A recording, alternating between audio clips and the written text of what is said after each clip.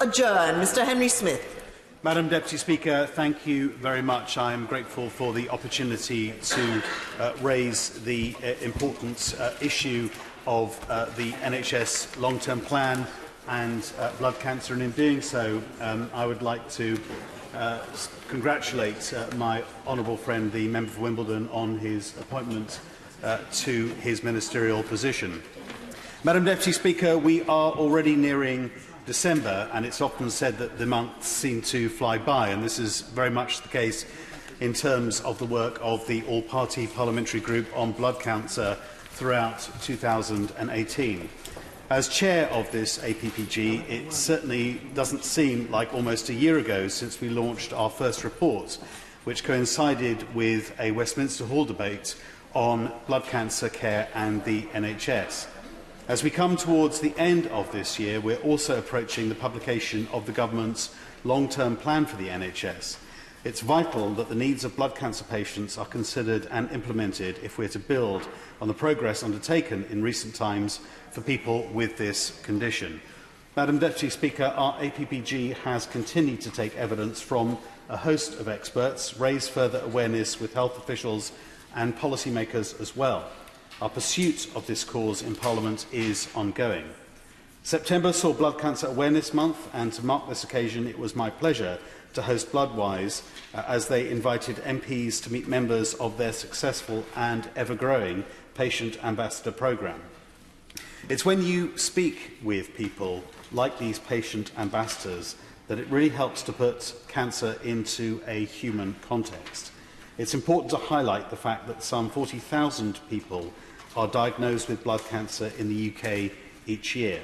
But when you're listening to just one or perhaps a handful of people in front of you who are either living with or have been treated successfully for blood cancer, it's a powerful reminder that behind every statistic are individual patients with their own story to tell.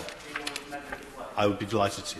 And, I thank him very much, and I certainly add my praise for the work he has been doing with the group. When it comes to patients needing a transplant, now around 60%, if you are white, will get the best possible match. But if you come from a BAME background, that drops to 20%. Would you agree with me? We need to do much, much more work to improve this dreadful situation.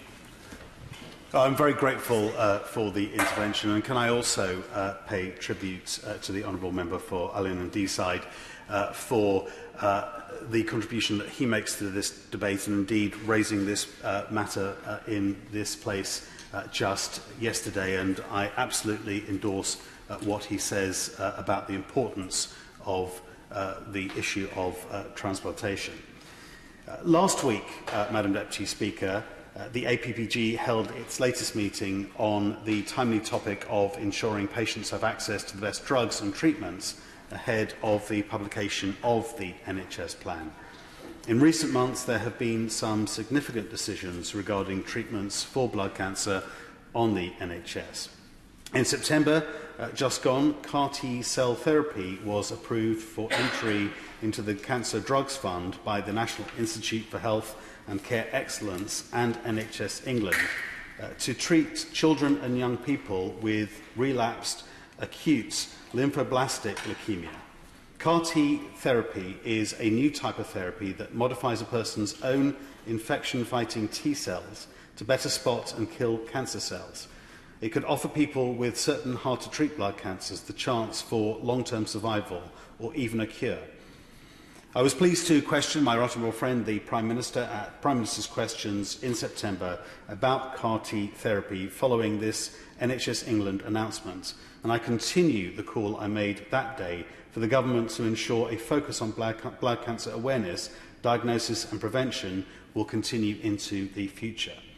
With this in mind, can the Minister update the House on when people with blood cancer are likely to benefit from CAR-T treatment, and if the health system is ready for this type of personalised medicine? Additionally, NHS England changed its mind recently and allowed irutinib to be used for patients with chronic lymphocytic leukemia after 3 years remission. The development of new drugs is ongoing. Bloodwise estimate that over a third of all indications for which drugs are funded on the Cancer Drugs Fund are for blood cancer, which not only highlights the challenges we face, but also the potential to help. Madam Deputy Speaker, in January, the APPG launched its inaugural report entitled The Hidden Cancer, the Need to Improve Blood Cancer Care. Madam Deputy Speaker, key to this is the word hidden. Blood cancer is known as a hidden cancer because while patients may indeed be receiving or waiting to start treatment, they may not be displaying any obvious visible signs of ill health. I'm careful to try and refer to patients and their support networks, especially in this context, as the impact of diagnosis on a patient's family must also be considered, especially when children are involved. This is particularly the case for patients on so-called watch and wait. This is typically only an option for people with few or no worrying symptoms, whose quality of life and prognosis won't be affected by delaying treatment, recommended for those with blood cancers or related conditions that are stable or slow-growing. However, if you've been told you have cancer, and at the same time you know you will literally watch and wait to see when you are in a position to begin treatment, it is understandably disconcerting, to say the least. Patients on watch and wait told the APPG inquiry that specific emotional support was required to help them come to terms with what was happening. Approximately 27,000 people with blood cancer are currently on watch and wait in the UK. To put this in context, this is 13% of those living with blood cancer. Madam Deputy Speaker, turning to mental health, anyone with experience of living with cancer themselves or supporting a friend or family member who has done so will know of the dedication of NHS staff and health workers in seeking to do all they can to provide support. But it is vital that these staff are given the tools to ensure patients are fully equipped mentally in terms of the psychological support they receive. Our APPG report recommended that patients should have access to the full range of emotional and psychological support services throughout their treatment for themselves and their families. It's this government which is putting mental health on a par with physical health, and as such, I'd be grateful for the Minister's assurances that blood cancer patients will get the psychological support they need after diagnosis and both during and after treatment has been completed. My congratulations again to the Honourable Member for Ellen and Deeside on his adjournment debate yesterday on psychological support after cancer treatment. And by working together, it has really become powerful to me just how cross-party in this House we can make a significant difference. Indeed, I mentioned earlier today, only last week, that the Blood Cancer APPG held its latest meeting on access to drugs and treatments for patients. We were fortunate to be joined by MPs, charity representatives and, of course, patients, one of whom said something which has remained in my mind since. She said that patients don't know if they're living or dying, which succinctly and I believe powerfully highlights the importance of this work and the importance of patients, politicians, cancer charities, the Department of Health and Social Care and the wider NHS in ensuring patients are supported as well as treated. Madam Deputy Speaker, one of the most striking passages of our APPG report referred to the long-term nature of blood cancer and how it's different to solid tumour cancers. Respondents to our inquiry found that the term living beyond blood cancer was irrelevant. They will likely never live without blood cancer, and it will remain part of their lives, and very few of these patients have access to the recovery package. Indeed, one respondent even said that they didn't know what a recovery package even was. This is a point of concern in itself. The recovery package assists patients after their cancer treatment has ended, so they can look to return to normal lives. I welcome the Minister, my honourable friend, the member for Winchester, reiterating recently that, and I quote, the recovery package is being commissioned and delivered in full or in part by many clinical commissioning groups and providers across England. And NHS England's aim is to accelerate the process to ensure full implementation by 2020, so the package will be available to all cancer patients across the country, regardless of location. Madam Deputy Speaker, the Minister recently stated that NHS England is, and again I quote, building up a picture of current provision to help target future work to support rollouts. I would be grateful for my honourable friend's clarification on how support for blood cancer patients is being included in this analysis. Madam Deputy Speaker, moving on to improvement in data collection. Through the inclusion of blood cancer in a range of data collection initiatives, policymakers will gain a greater understanding of the condition and how patients can be supported. For example, CCGs and cancer alliances do not group blood cancer in a single disease area, unlike the National Cancer Patient Experience Survey, which measures blood cancer, currently receives less attention and therefore receives fewer resources. The inclusion of blood cancer in the cancer dashboard, which currently only covers breast, colorectal, lung and prostate cancers, would be a step forward for patients.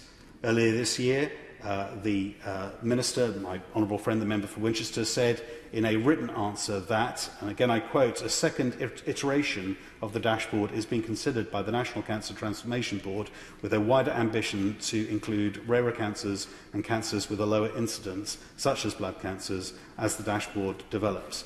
May I again today ask the Minister, my honourable friend, the member for Wimbledon, when we might expect a development to come into effect.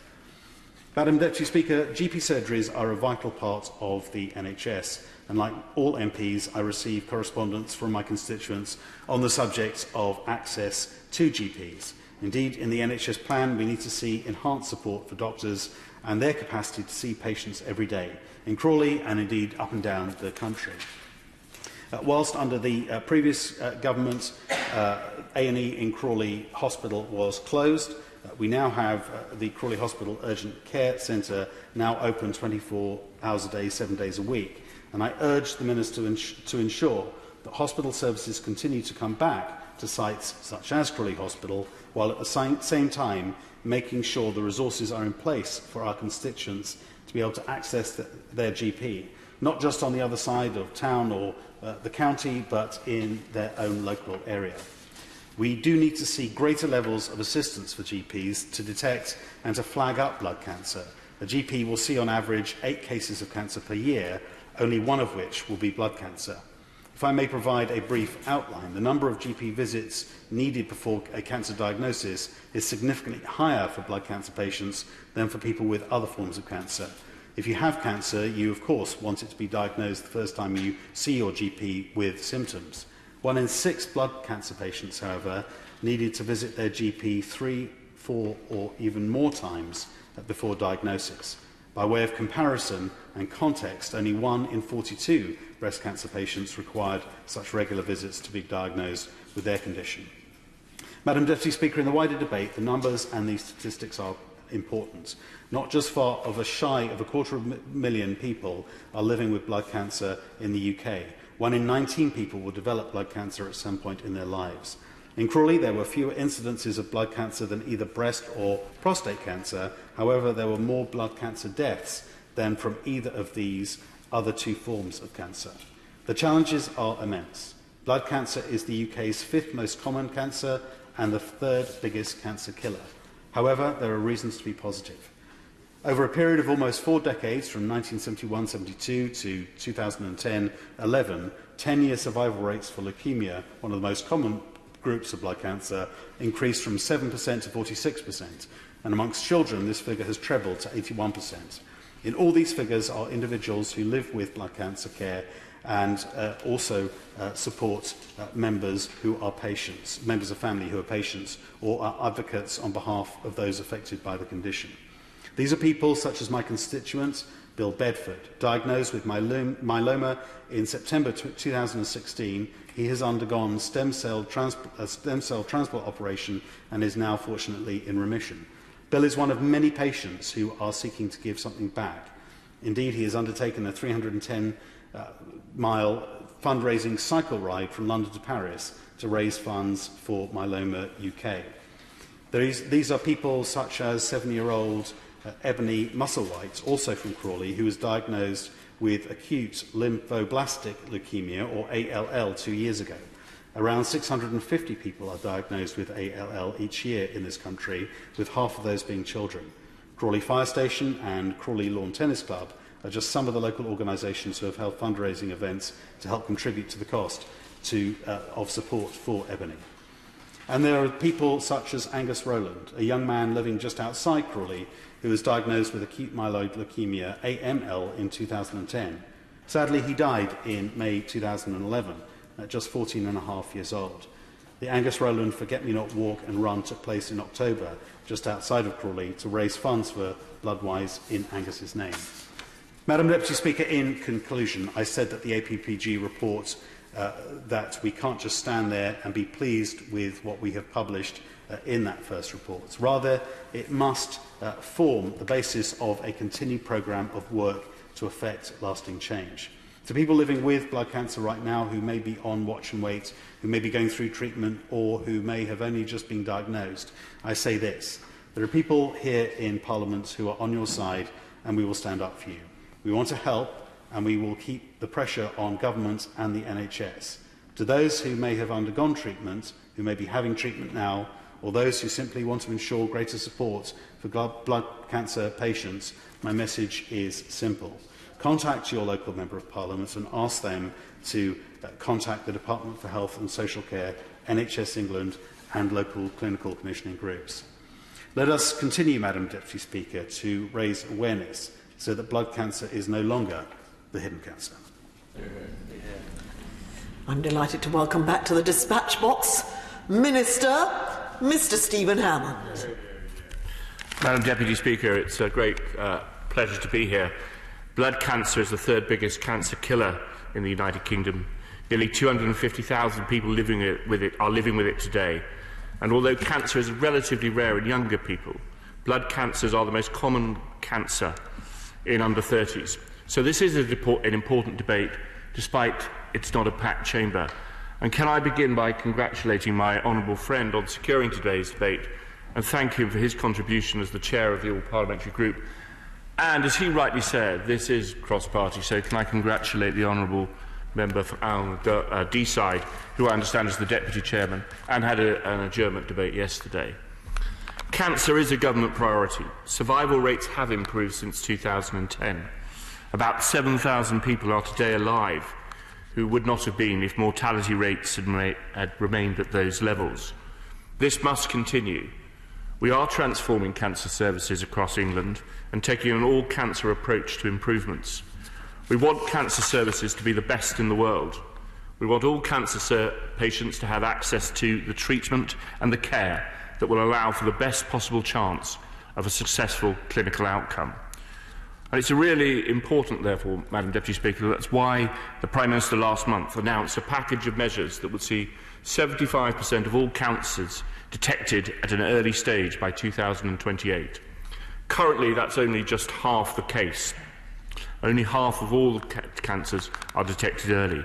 The new 75% target applies to all cancers, not just the 10 currently in the Public Health Outcomes Framework, which is the early diagnosis metric. We're keen to work with charities representing some of those cancers that are not currently included in that metric on how best to measure progress towards that ambition of the 75% target. We're reforming screening, investing in technology and research to improve diagnosis and care. And that will form part of the long-term plan for the NHS and forms part of how we will achieve our ambition of seeing 55,000 more people surviving cancer for 5 years in England after 2028. Last year, 2 years ago, in December 2016, the government invested £200 million to encourage earlier diagnosis, improve the care for those living with cancer, and ensure that cancer patients get the right care for them. Early diagnosis of blood cancer, as the honourable gentleman said, can sometimes be difficult. Symptoms can be vague and often misdiagnosed, delaying treatment. Extremely brief. Extremely brief. Can I just say that is a particular problem with children when sometimes these things are dismissed as growing pains or bruising is just kids being kids. Minister. Well, the honourable gentleman makes an important point, and that's essentially why the government put that money in to ensure that earlier diagnosis could be enabled. And I think he makes a valid point, and it's clear that obviously sometimes patients do see GPs multiple times before getting that referral, and this money put in to ensure that earlier diagnosis will hopefully ensure that referral happens quicker. In addition to helpful earlier NICE guidelines, NHS England has been investing in testing innovative ways of diagnosing cancer earlier, with sites piloting multidisciplinary diagnostic centres for patients with vague or non-specific symptoms, such as those common in blood cancers. And in her announcement, the Prime Minister pledged to roll out these rapid diagnosis centres nationally to offer all patients a range of tests on the same day with rapid access to results. My honourable friend mentioned CAR T-cell therapy in his remarks, and he will know that earlier diagnosis must mean earlier treatment. And there have been some exciting developments in that area for people under 25 with leukemia. Last week, NICE recommended a pioneering cancer treatment, which he referred to, CAR T-cell therapy, and that is for young people with relapsed or refractory B-cell acute lymphoblastic leukemia. And my honourable friend asked about what is happening in timescales. Well, I can tell him that through the Cancer Drug Fund, Kymriah will now be offered to people under the age of 25 who have not responded to current treatment or who have relapsed from stem cell transplants. And that marks a new generation of personalised medicine with the potential to transfer and transform cancer patient care worldwide. As he knows, the work is in its early stages, and we know that more personalised treatments will be game changers in cancer treatment. The honourable gentleman also mentioned clearly about the people who have to live with cancer and beyond cancer. Over 300,000 people are diagnosed every year. Innovations in treatment mean more patients can look forward to a life after cancer, and as survival improves, we must ensure that patients enjoy as good a quality of life as possible after treatment. So we're rolling out the recovery package to every cancer patient by 2020, including, of course, those with blood cancer. This is a set of interventions designed to help patients and clinicians assess a patient's physical and emotional needs at appropriate points in the journey of recovery. And this goes from diagnosis at the beginning to recovery at the end. For blood cancer patients, the recovery plan will be personalised to take account of unique characteristics of blood cancer, which can be very different to those caused by solid tumour, again, as the chairman of the All-Parliamentary Group rightly recognised. And he also asked for some comments on psychological support, and I know that was the basis of the adjournment debate yesterday. Many patients with chronic blood cancer diagnosis will sadly never be cured. They will be on a regime of watch and wait over many years to see if the cancer has progressed to a point where treatment needs to begin. And this, of course, does take a huge psychological toll on the patient and their families. And therefore, the recovery package takes a holistic approach and also considers the mental health needs. And where patients require additional support, they must have access to appropriate mental health services. Mental health is a priority for the government, and last year we announced an additional £1.3 billion to expand the NHS mental health workforce, which will allow an extra 1 million patients to be treated by 2021. This help will ensure that cancer patients can be referred promptly to any psychological support they need as part of that recovery package. Madam Deputy Speaker, my honourable friend also mentioned the cancer dashboard, and including in the cancer dashboard blood cancer. Public Health England is working with the NHS England on the next phase of the dashboard development, and this will be informed by the needs of key industry, but key stakeholders and cancer charities. And I know that my honourable friend, the member for Wimbledon, who is the Parliamentary Under-Secretary, has expressed his frustration that the dashboard is limited to the top 4 cancers and will want to see it expanded. NHS England and Public Health England have had clear direction from him on this, and he and the department will be watching that with interest. And I know that he will want to speak to my honourable friend and the All-Parliamentary Group on that matter. So in closing, I hope the honourable member will be reassured to hear that the government is absolutely committed to transforming the services for all cancer patients, including blood cancer patients. More people are being referred and diagnosed than ever before, and thanks to innovative treatments, more of them will survive their cancers. The cancer strategy and the progress that the government has been implementing means to say that the 96 recommendations is the ideal launch pad for the long-term plan. With cancer as one of the key components over the next decade, it will enable the NHS to ensure that every cancer patient gets the support, emotional, psychological and physical, that they need to live well and with and beyond cancer. Thank you, Madam Deputy Speaker. Thank you.